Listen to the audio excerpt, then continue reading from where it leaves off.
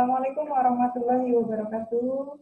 Kita bertemu lagi ya. Untuk kesempatan kali ini masih di mata kuliah manajemen risiko. Maka untuk pertemuan kali ini kita akan belajar tentang konsep risiko. Konsep risiko seperti apa?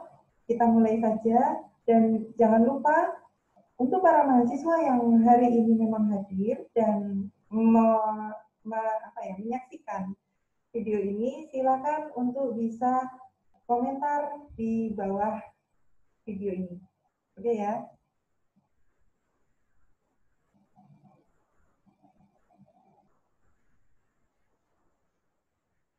Baik, ini dia materi kita kali ini. Tentang konsep manajemen risiko. Sebelumnya, jika memang Anda atau para mahasiswa berkenan, silakan bisa membuka blog pribadi saya di ratnasuryani.wordpress.com. Kita akan berbicara tentang banyak hal, termasuk salah satunya adalah tentang manajemen risiko yang kali ini akan kita bicarakan bersama. Ya, kita pelajari bersama-sama. Pembahasan kali ini mencakup yang pertama konsep risiko, kemudian ada manajemen risiko itu sendiri, dan mengidentifikasi risiko. Kita langsung saja nih masuk ke dalam konsep risiko. Sudah sangat familiar sekali, kita dengar di mana-mana tentang kata risiko. Sebenarnya apa sih risiko itu? Anda sudah paham? Atau mari kita buka bersama-sama.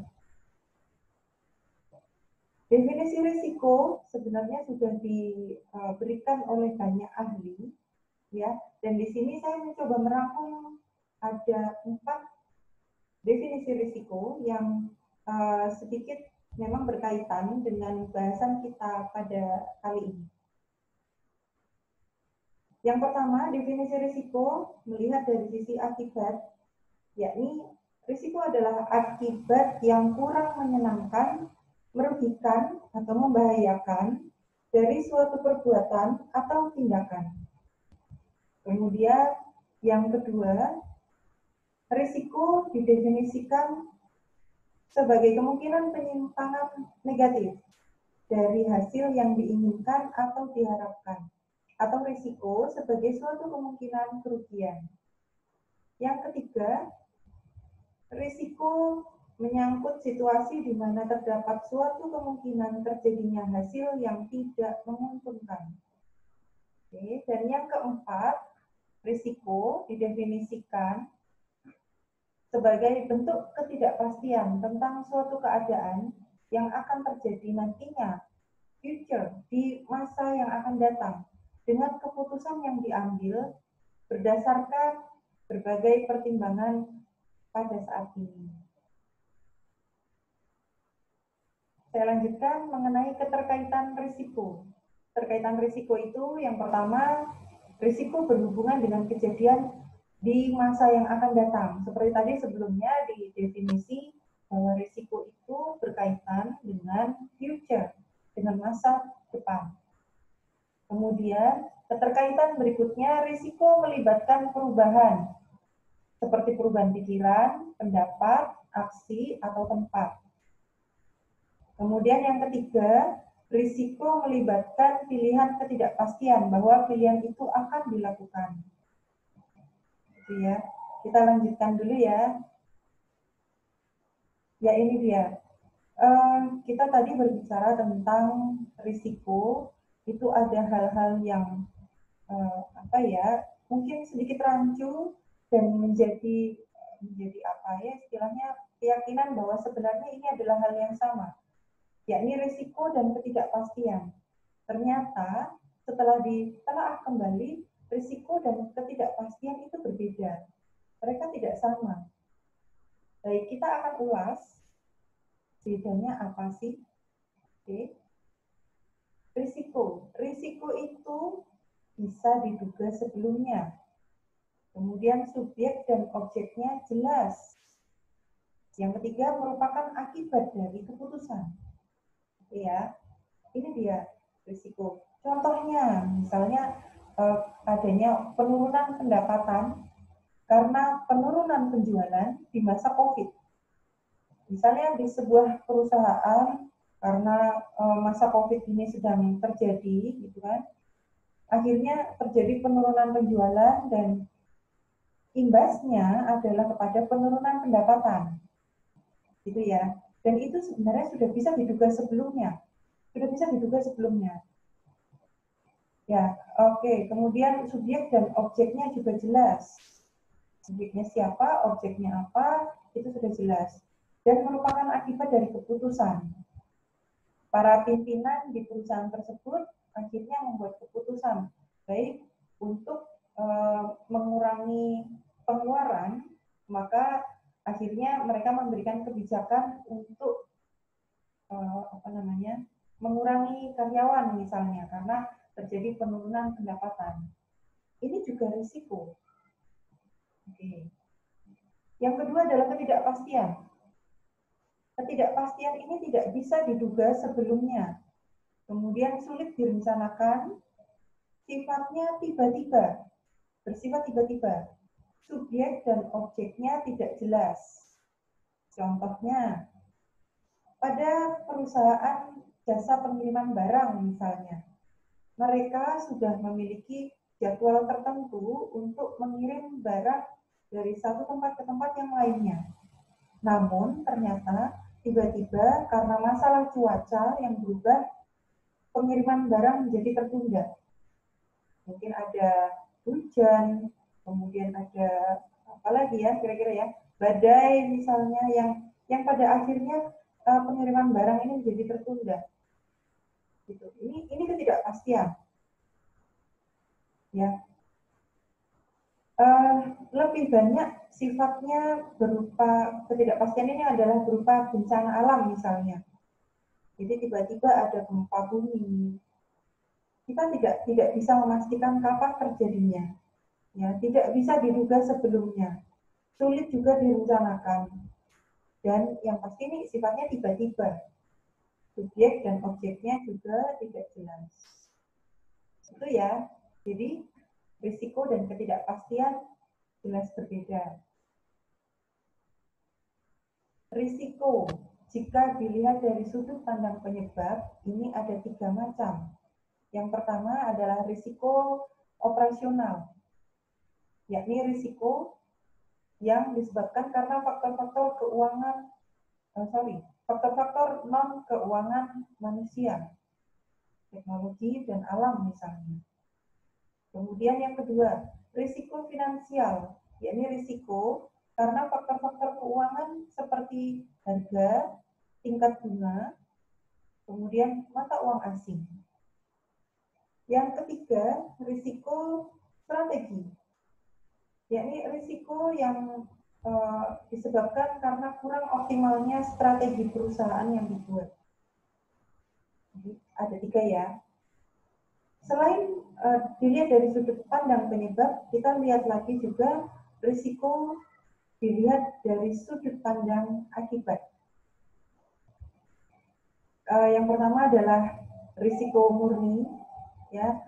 Risiko murni ini memang risiko yang hanya merugikan saja dan tidak memungkinkan adanya keuntungan. Misalnya risiko kebakaran, misalnya satu perusahaan tiba-tiba terjadi kebakaran, gitu. Nah ini yang ditimbulkan dampaknya adalah kerugian saja. Tidak ada di sana keuntungan akibat kebakaran tersebut apa gitu ya. Maka ini disebut dengan risiko murni. Kemudian yang kedua ada risiko spekulatif, yakni risiko yang tidak saja memungkinkan terjadinya kerugian, tetapi juga memungkinkan terjadinya keuntungan. Nah ini dia. Jadi risiko yang terjadi ini tidak hanya rugi, tapi juga bisa untung. Contohnya adalah investasi. Investasi ini juga adalah risiko. Baik, kita beranjak kepada manajemen risiko. ternyata setelah berbicara mengenai risiko, ya, kita perlu dan penting mengatur atau mengelola atau memanage risiko. Yuk kita ulas beberapa hal mengenai manajemen risiko. Yang pertama saya tuliskan adalah definisi manajemen risiko. Definisi manajemen risiko adalah proses pengelolaan risiko yang mencakup identifikasi, evaluasi, dan pengendalian risiko yang dapat mengancam kelangsungan usaha atau aktivitas perusahaan. Kemudian fokus manajemen risiko adalah mengenal pasti risiko dan mengambil tindakan yang tepat terhadap risiko, yang tujuannya adalah secara terus-menerus menciptakan atau menambah nilai maksimum kepada semua kegiatan organisasi. Ini fokusnya.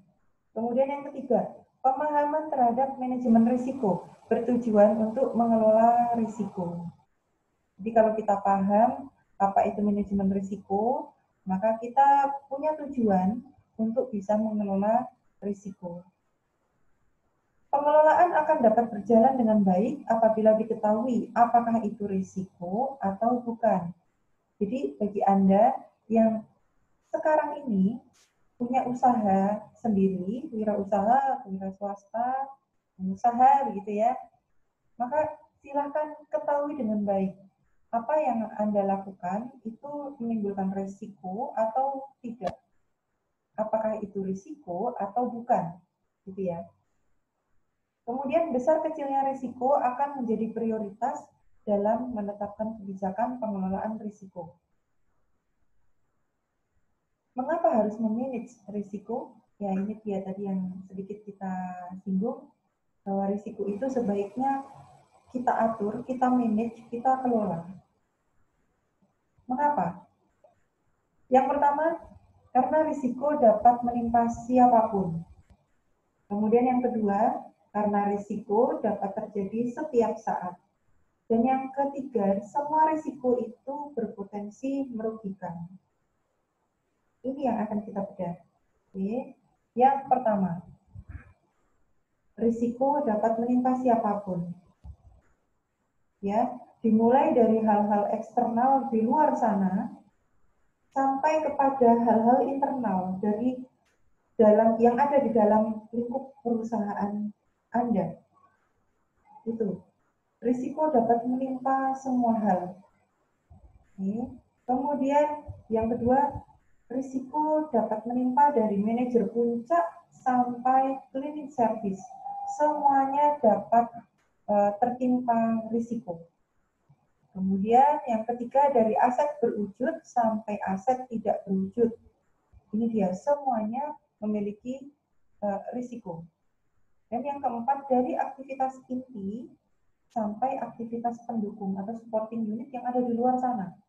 Ya, jadi dari yang Anda kerjakan saat ini hingga yang terjadi di luar sana sebagai aktivitas pendukung, kegiatan Anda itu memiliki risiko, memiliki risiko. Saya lanjutkan ya. Risiko dapat terjadi setiap saat. Ini dia. Bidang apa saja sih yang bisa tertimpa risiko? Yang pertama adalah SDM. SDM ini, masalah SDM ya, terutama ini dapat muncul setiap saat. Setiap saat.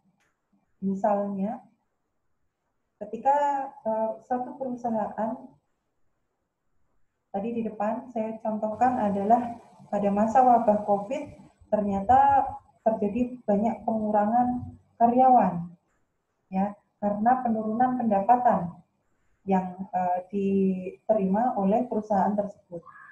Ini adalah risiko di bidang SDM.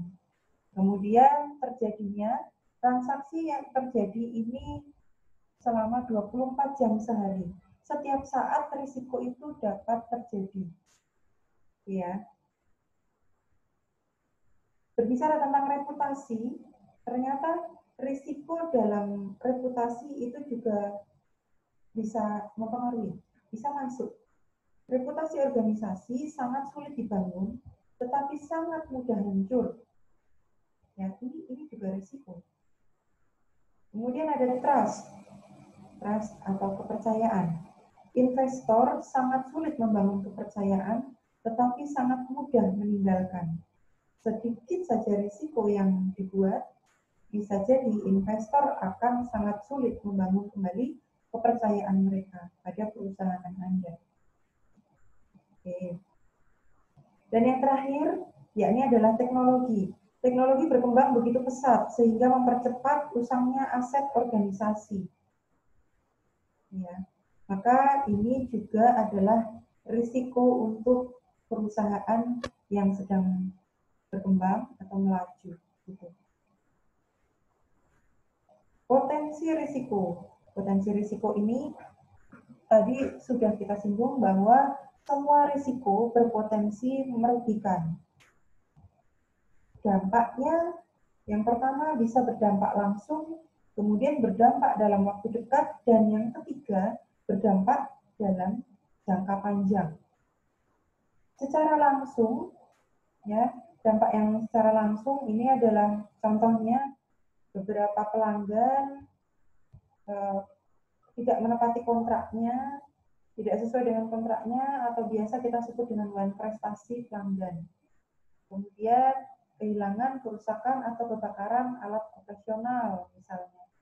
Itu dampak langsungnya, potensi risiko.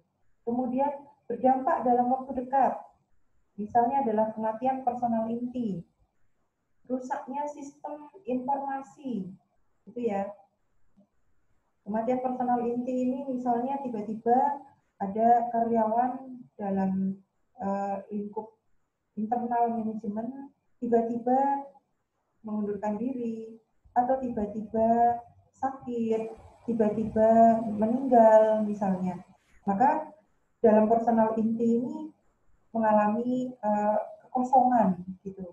Nah, ini dia berdampak dalam waktu dekat.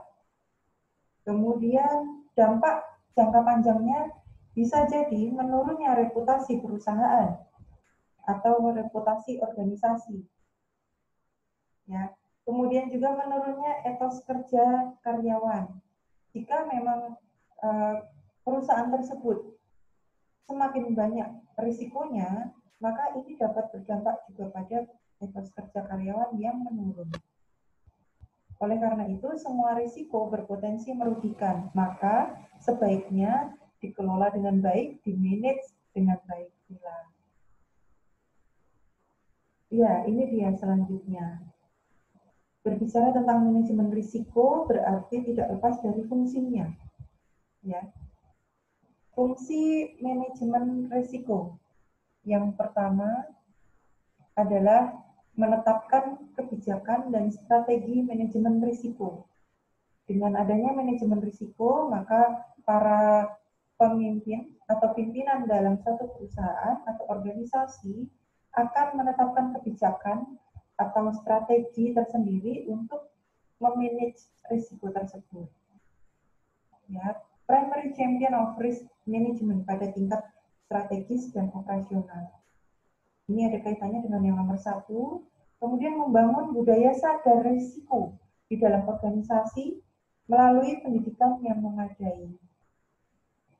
Artinya adalah membangun budaya sadar risiko ini, kita berpikir terlebih dahulu sebelum kita melangkah. Kira-kira jika kita melakukan sesuatu atau memutuskan sesuatu, risikonya apa ya? Nah, seperti itu yang dimaksud dengan budaya sadar risiko. Kemudian, menetapkan kebijakan risiko internal dan struktur pada unit usaha. Yang kelima, pengkoordinasian berbagai macam kegiatan fungsional yang memberikan nasihat tentang masalah-masalah manajemen risiko dalam organisasi. Dan yang keenam, fungsi manajemen risiko adalah membangun proses cepat tanggap risiko, meliputi penyusunan program kontingensi dan berkesinambungannya bisnis. Ya, ini dia, ada 6 fungsi manajemen risiko. Saya lanjutkan. Baik. Terkait dengan risiko, ternyata bagi para pelaku usaha ini ada pengelompokan tipe-tipe untuk pelaku usaha atau pengusaha. Ada 3 kelompok, ya. Yang pertama adalah risk taker atau optimis. Risk taker ini adalah orang yang suka sekali mengambil risiko. Adalah orang yang berani namun spekulatif dalam mengambil keputusan dengan mengukur risiko secara intuitif saja. Orang-orang yang terbiasa mengambil risiko secara tidak langsung, mereka terbiasa juga untuk secara intuitif tahu bahwa jika saya berlaku demikian, maka risikonya adalah demikian. Ya, jika ia melakukan A, maka risikonya adalah B. Itu mereka sudah terbiasa melakukan itu. Maka secara intuisi saja mereka sudah tahu. Kemudian yang kedua, risk neutral atau netral adalah sikap terhadap risiko di mana investor memilih dengan tingkat return yang lebih tinggi terlepas dari risikonya. Ini untuk pelaku usaha yang netral, para investor ini memilih bagaimana caranya mereka benar-benar ingin terlepas dari risiko, berusaha seperti itu. Entah itu mengurangi, gitu ya, mengurangi risiko yang sudah dia dapatkan, gitu, atau mungkin bisa jadi menghindari. Jadi, tapi jika kita berbicara menghindari risiko sepenuhnya, penghindaran risiko sepenuhnya masuk ke dalam tipe pelaku usaha yang ketiga atau risk avoider. Nah, pelaku usaha yang seperti ini dikategorikan dalam pelaku usaha yang pesimistis. Adalah orang yang tidak senang menghadapi risiko, bahkan cenderung menghindari risiko. Jadi ketika dia tahu di depan ternyata ada risiko yang akan dia hadapi, dia lebih baik kembali atau menghindari risiko. Dia tidak ingin menghadapi. Beda kalau risk taker, maka dia akan menghadapi, dia akan justru bersemangat dan optimis menghadapi risiko, apapun risikonya. Baik, untuk tahapan manajemen risiko. Ada 3 tahapan dalam manajemen risiko. Yang pertama adalah identifikasi risiko, yang kedua adalah pengukuran risiko, dan yang ketiga adalah pengendalian risiko. Kita akan coba breakdown satu persatu. Tahap yang pertama yakni identifikasi risiko. Identifikasi risiko merupakan tahap awal dari manajemen risiko. Tahap ini berkenaan dengan penemuan risiko yang mungkin terjadi pada suatu proyek atau kegiatan atau aktivitas. Tahap awalnya nih, ya, identifikasi risiko terlebih dahulu. Kemudian metode yang digunakan itu ada, saya tuliskan ada 4 metode. 4 metode. Yang pertama adalah analisis data historis, kemudian yang kedua dengan pengamatan dan survei, yang ketiga dengan tolak ukur atau patokan atau benchmarking, dan yang keempat adalah dengan pendapat ahli. Ini dia, saya buka satu persatu. Dengan analisis data historis, ya, menggunakan berbagai informasi dan data yang tersedia dalam perusahaan mengenai segala sesuatu yang pernah terjadi. Jadi data-data secara historikal itu dikumpulkan. Contohnya adalah dari data kepegawaian. Dapat diketahui bahwa perusahaan menghadapi risiko kehilangan karyawan yang penting.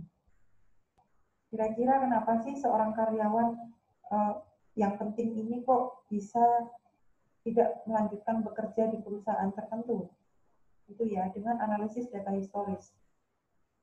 Dengan pengamatan dan survei dilakukan investigasi atau pencarian data secara langsung di tempat kejadian. Contohnya dengan mengamati proses produksi misalnya. Dapat diketahui bahwa perusahaan menghadapi risiko listrik mati. Ya, listriknya mati kapan, kemudian jika mati produksinya bagaimana, Itu dilakukan melalui pengamatan dan survei. Yang ketiga, dengan tolak ukur atau patokan atau benchmarking, ini dengan mencari informasi tentang risiko di tempat atau perusahaan lain. Contohnya, dari berita di media massa dapat diketahui bahwa eskalator berisiko menyebabkan anak-anak terjepit. Nah, ini identifikasi risiko dilakukan. Tidak hanya dari media massa A, tapi juga mungkin media massa B dan selanjutnya. Gitu ya. Dan yang keempat, melalui pendapat ahli dengan mencari informasi dari ahli di bidang risiko tertentu. Jadi ada ahlinya khusus yang diminta untuk memberikan pendapat. Contohnya dari bertanya kepada dokter, dapat diketahui bahwa orang dengan tingkat kolesterol tinggi itu berisiko kena penyakit jantung. Ya, itu dia. Jadi ini benar-benar dari ahlinya, dari dokter yang mengatakan. Itu ya. Kita lanjutkan. Di tahap yang kedua adalah dengan pengukuran risiko. Pengukuran risiko adalah usaha untuk mengetahui besar atau kecilnya risiko yang akan terjadi. Hal ini dilakukan untuk melihat tinggi rendahnya risiko yang dihadapi perusahaan. Kemudian bisa melihat dampak dari risiko terhadap kinerja perusahaan sekaligus bisa melakukan prioritisasi risiko. Risiko mana yang paling relevan didahulukan. Ya. Ini tentang pengukuran risiko. Manfaatnya apa sih pengukuran risiko? Ya, yang pertama untuk menentukan kepentingan relatif dari suatu risiko yang dihadapi. Yang kedua, untuk mendapatkan informasi yang sangat diperlukan oleh manajer risiko dalam upaya menentukan cara dan kombinasi cara-cara yang paling dapat diterima atau yang paling baik dalam penggunaan sarana penanggulangan risiko. Ini manfaatnya. Baik, di tahap yang ketiga, tentang pengendalian risiko. Pengendalian risiko atau risk control adalah suatu tindakan untuk menyelamatkan perusahaan dari kerugian. Dan metode yang dijalankan itu macam-macam sebenarnya. Dan saya coba rangkum metode yang dijalankan. Yang pertama, dengan menghindari risiko. Misalnya menolak memiliki, menerima, atau melaksanakan kegiatan yang mengandung risiko walaupun hanya untuk sementara. Ya, menolak. Itu sudah dikatakan menghindari. Kemudian selanjutnya mengurangi keparahan risiko. Misalnya perusahaan mengurangi karyawan ketika COVID melanda. Ini mengurangi keparahan risiko. Jika dilanjutkan, maka perusahaan bisa jadi defisit, gitu ya. Tapi dengan mengurangi karyawan, maka keparahan risiko tersebut dapat diminimalisir. Yang ketiga, dengan analisis kerugian. Misalnya membuat perkiraan penghitungan jika terjadi kerugian dan tidak melanjutkan usaha jika jumlah kerugian dinilai sangat besar. Termasuk ini adalah juga dengan evaluasi kelayakan ekonomis. Yang selanjutnya adalah pemindahan risiko ke pihak yang lebih aman. Misalnya, perusahaan yang menjual salah satu gedungnya dengan sendirinya telah memindahkan risiko yang berhubungan dengan pemilikan gedung itu kepada pemilik yang baru. Apapun risiko yang ada di dalam gedung itu. Ya. Dan yang terakhir dengan risk control transfer. Contohnya adalah dengan pembatalan perjanjian oleh transferee dapat dipandang sebagai cara ketiga dalam risk control transfer. Dengan pembatalan itu, transferee tidak bertanggung jawab secara hukum untuk kerugian yang semula ia setujui untuk dibayar. Nah, baik, ini adalah tahap ketiga pengendalian risiko. Saya lanjutkan untuk pengambilan keputusan dalam kondisi risiko dan ketidakpastian. Pengambilan keputusan dengan risiko merupakan pengambilan keputusan yang berkaitan dengan dinamika atau ketidakpastian. di mana hasil yang diperoleh harus ditanggung sebagai konsekuensi. Cara mereduksi ketidakpastian, ada 3 cara di sini yang kami tuliskan. Yang pertama adalah dengan riset atau penelitian. Yang kedua adalah penggunaan probabilitas subjektif. Atau kalau saya katakan secara simpel adalah dengan ilmu kira-kira, dengan menggunakan perkiraan. Kemudian yang ketiga, mencari informasi sebanyak mungkin. Ini dia pengambilan keputusan dalam kondisi risiko. Ternyata pengambilan keputusan yang dilakukan dalam kondisi risiko itu ada 4 kelompok. Ada 4 kelompok. Yang pertama adalah dengan certainty, dengan risk, dengan uncertainty, dan conflict. Dengan certainty, ya, atau dengan pasti, ini dilakukan perhitungan ekonomi secara pasti. Keputusan pasti terjadi dibandingkan memilih yang profitable, ini perlu dipikirkan. Ya. Misalnya, usaha produksi keripik apel dan nangka dengan luas lahan 1 hektar akan lebih menguntungkan yang mana? Yang apel atau yang nangka? Cukup dibandingkan hasil produktivitasnya saja. Jadi jelas ada perhitungan ekonominya, jelas data pastinya, gitu ya. Kemudian dengan risk, hasilnya tidak pasti, probabilitasnya diketahui, informasi yang tidak sempurna, yang didapat tidak sempurna. Alternatif mana yang harus dipilih? Lebih dari 1 kemungkinan hasil, biasanya seperti itu. Misalnya kondisinya baik, normal, atau jelek, atau buruk gitu ya. Ini alternatifnya masih harus dipilih. Kemudian pengambil keputusan memiliki lebih dari 1 alternatif tindakan. Ada alternatif tindakan yang visible atau bisa dilakukan, dan ada alternatif tindakan yang tidak bisa dilakukan. Kemudian kelompok yang ketiga adalah dengan uncertainty atau ketidakpastian. Probabilitas hasil tidak diketahui secara pasti, hanya berdasarkan perkiraan saja. Pengambilan keputusan tidak memiliki informasi lengkap dan sempurna. Hal yang akan diputuskan belum pernah terjadi. Antisipasi kondisi ketidakpastian, nah ini tadi sudah kita tuliskan di depan sebelum ini, adalah dengan mencari informasi lebih banyak, dengan melakukan riset dan penggunaan probabilitas subjektif. Dan kelompok yang keempat adalah dengan konflik. Terjadi persaingan dan perlu melakukan analisis kelayakan ekonomi tiap unit usaha. Ya, saya lanjutkan. Ya, kita masuk dalam kesimpulan.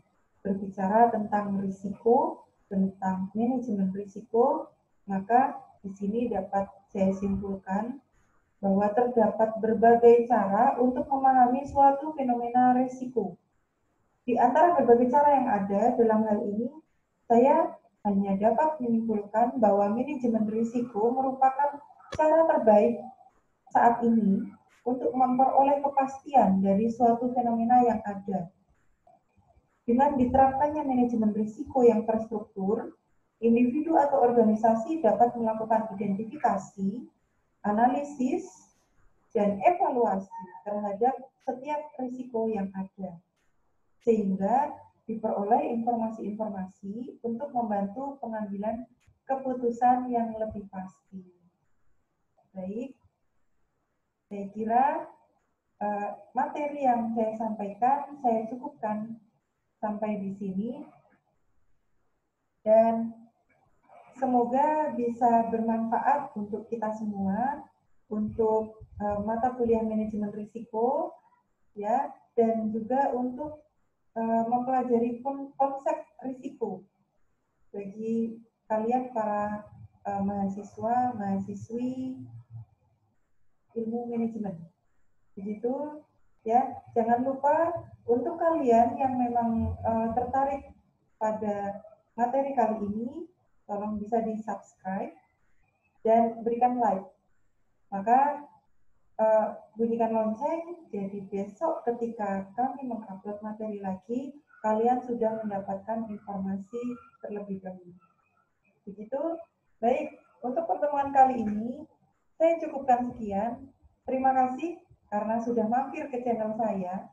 Terima kasih sekali, dan saya mohon maaf jika ada tutur kata yang kurang berkenan. Kita lanjutkan di lain kesempatan. Sampai jumpa, tetap jaga kesehatan, tetap sehat, tetap semangat, dan saya tutup. Selamat pagi, selamat siang, selamat sore, selamat malam. Wassalamualaikum warahmatullahi wabarakatuh.